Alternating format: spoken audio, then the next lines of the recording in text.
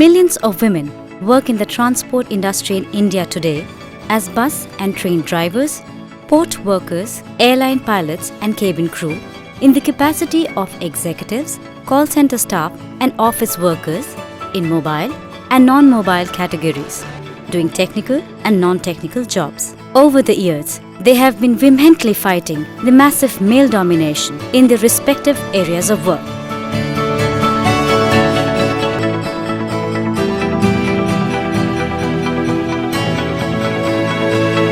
The union was the main strength behind us going to court and everything. So whatever we owe today, it's to the union for sure. हमारे union में महिलाओं की भागीदारी काफ़ी हद तक बहुत आगे आ चुकी है और आने के लिए बहुत इच्छुक भी रहती हैं।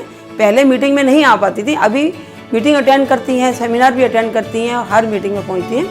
भाई हम 19 साल से मतलब इसमें यूनियन में 19 साल हमारी सर्विस हो गए। यूनियन ने हमारे को बहुत साथ दिया। यूनियन ने हम जहाँ घूमने जाते हैं वहाँ भी, ऑफिस में भी कोई परेशानी होती है तो यूनियन हमारी बहुत साथ देते हैं। हम फटे यूनियन के पास जाते हैं, वो हमारे सब मदद करते हैं, हमारे बारे में सोचते हैं कि हाँ तुम्हारे समस्या हल करेंगे। एक वो दौर था जब हम ऑफिस का काम निपटा करके सीधे घर भाग जाया करते थे, लेकिन अब यूनियन ऑफिस जाते हैं, लोकल और इंटरनेशनल मीटिंग अटेंड करते हैं और वहाँ अपनी बात रख पाते हैं। Today I feel that I am not complete without my family, my children, my union. Trade unions have made a difference to the lives of women. Unions need women members as much as the women need unions. But unions can only deliver real benefits if they take targeted measures to identify women's concerns and to help and support them at work. They also need to ensure that in the democratic structures of the unions, women have representation at all levels, including in the decision-making levels. By doing so, unions' activities become a platform for achieving real equality. I think our union should have a separate cell for women, especially in the office.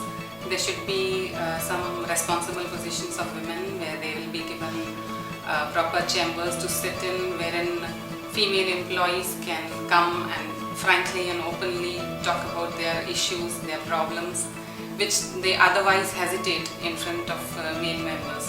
So if the separate women office is created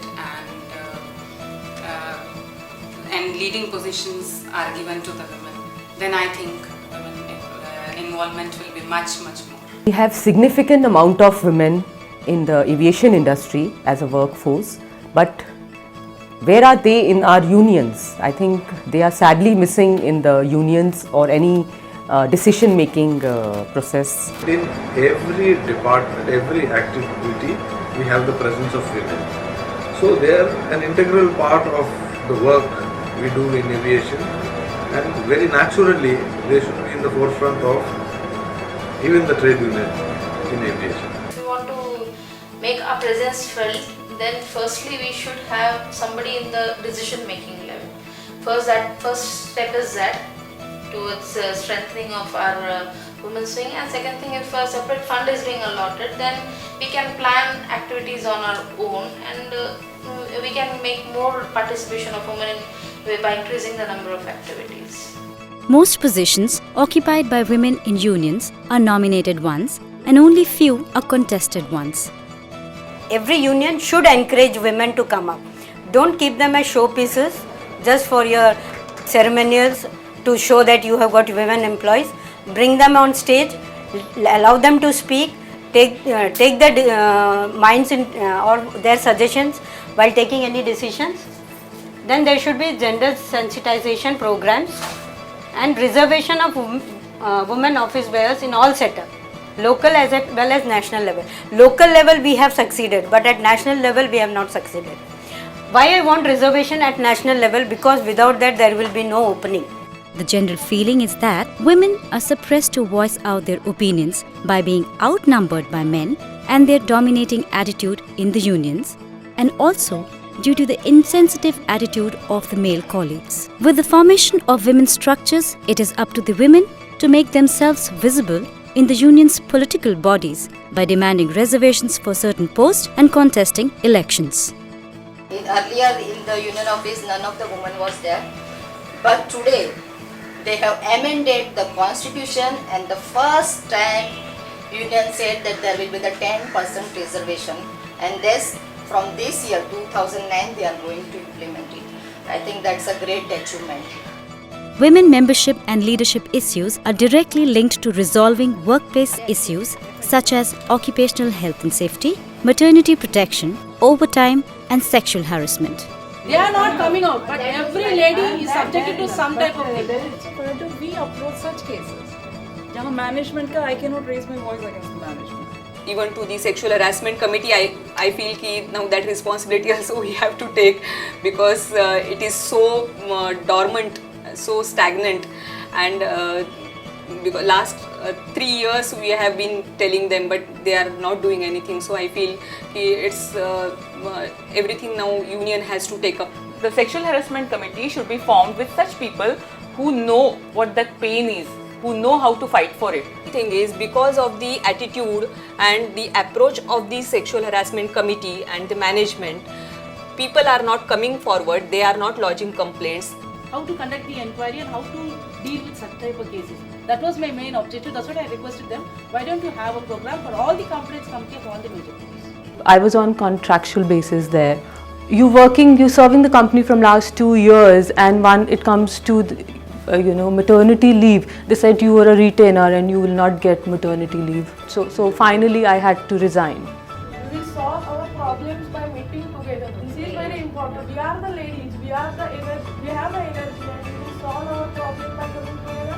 And this is very much necessary in this world. Come together.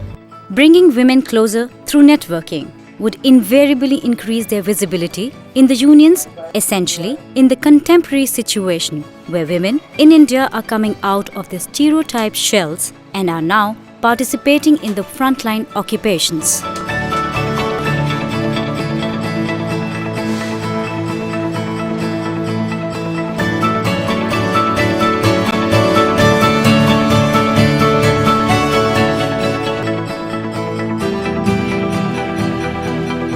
Therefore, it is essential that the equality issue is mainstreamed and becomes central to the bargaining and non-bargaining agenda of the union.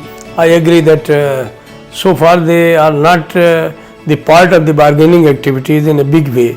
I think that much more is required from the women's side, as well as the federation and the union should also give them a chance. There is a notable downtrend in women workforce in the organized transport sector due to the restructuring process in the country, mainly privatization and globalization, ban on new recruitments, retirements, jobs being contracted and outsourced, and so on, which seems to be affecting the strength of the unions as well. Permanent positions are not being filled up, and so more and more casual and contract workers are being employed, and that includes women workers. लेकिन आपण जे आता आपल्याकडे सीट्समध्ये खूप companies आहेत, तिकडे contract labours आहेत, म्हणजे जे workers जे आहेत, वर्कर्स म्हणा, आपल्या लेडीज म्हणा, इंजिनियर्स म्हणा, ते are not united. Small companies are there. तर आपण त्यांच्यासाठी काही आपण युनायटेड काम करू शकतो का? कारण त्यांना कधीसुद्धा ब्रेक देतात and they are sitting idle and their life is become miserable. So we can do for them. Unorganised worker के लिए तो बहुत ज़रूरी है यूनियन. इन लोगों से 10 घंटा 12 घंटा ड्यूटी करवाया जाता है, मगर वो भी अगर नहीं करेगा तो दूसरा दिन उन लोगों को निकाल देता है. उस डर के मारे से उनको रुकना ही पड़ता है. वहाँ नहीं रुकेगा तो उनको कल का डर है. तो इसके लिए उनको ये भी पता नहीं कि किसके पास हम जाए. तो ये बहुत ज़रूरी है. इसके लिए कुछ यूनियन की ज़रूरत है.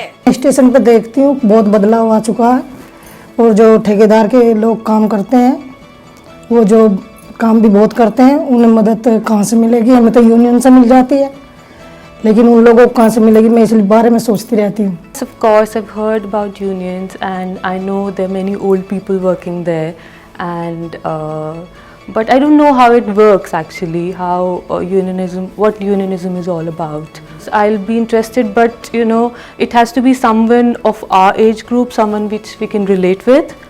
ऑफिस में यही डर लग रहा था, पहले तो कॉन्ट्रैक्ट बेसिस में 1 ईयर का होता है. अब यही डर लग रहा था कि अगर ख़त्म हो जाए तो अब अगले महीने शायद हमें घर पे बैठना पड़े. यूनियन पता तो है, मतलब यूनियन क्या है, भाई जानकारी नहीं है उसके बारे में. अगर कोई मेरी उम्र की कोई लड़की आए तो वो मुझे समझाए, शायद मैं कोशिश करूँगी उसे करने की. And the union being not encouraged by the private airlines, so they have no one to fall back on in case they have any problems or somebody whom they can ask for guidance. So I feel the employment conditions leaves a lot of room for exploitation, especially where women are concerned. The precarious workforce in the transportation sector, which comprise of a large number of women, are going to face stiffer challenges about gender roles, with neither any unionization to support their issues, nor having a chance to mobilize themselves against the work atrocities or workplace issues. All over the world, trade union movement is going through a bad phase because of the globalization, privatization. So many people are losing jobs. They are into contract work or they are into casual work, and this is really a challenge for us, being a worker, being a woman worker.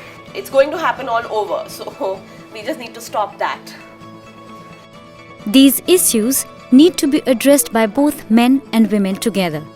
At this juncture, the role of ITF and the trade unions becomes significant in mobilizing women workforce and creating a safe and vibrant workplace for women not only in Asia Pacific but across the world.